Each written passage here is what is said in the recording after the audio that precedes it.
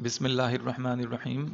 Job announce हुई है teaching field में। एक मशहूर एक स्कूल है, नाम इन्होंने मेंशन नहीं किया है अपने ऐड में, लेकिन ये फेडरल बी एरिया में ये स्कूल मौजूद है। इनको कंप्यूटर ऑपरेटर की ज़रूरत है और उसके अलावा मॉन्टेसरी ग्राफिक्स जो कंप्यूटर ऑपरेटर की ज़रूरत है जो कि ग्राफिक्स का भी काम जानता हो।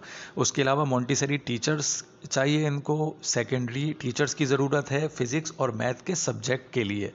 ईमेल कर सकते हैं अप्लाई करने के लिए। ईमेल इस ईमेल पर कर सकते हैं infona1947@gmail.com। इस पर ईमेल करके अपनी CV ईमेल कर सकते हैं, अप्लाई कर सकते हैं जॉब के लिए। दूसरा ऐड जो है वो भी एक स्कूल में जॉब है जिसमें तजुर्बेकार जो हैं वो टीचर्स की ज़रूरत है। ये भी फेडरल बी एरिया में इसकी लोकेशन है और मैथ के टीचर इनको चाहिए। Sindhi, English, computer, Urdu, social studies, biology और इस्लामियात। जो भी इंटरेस्टेड लोग हैं वो अपनी CV को ईमेल कर सकते हैं।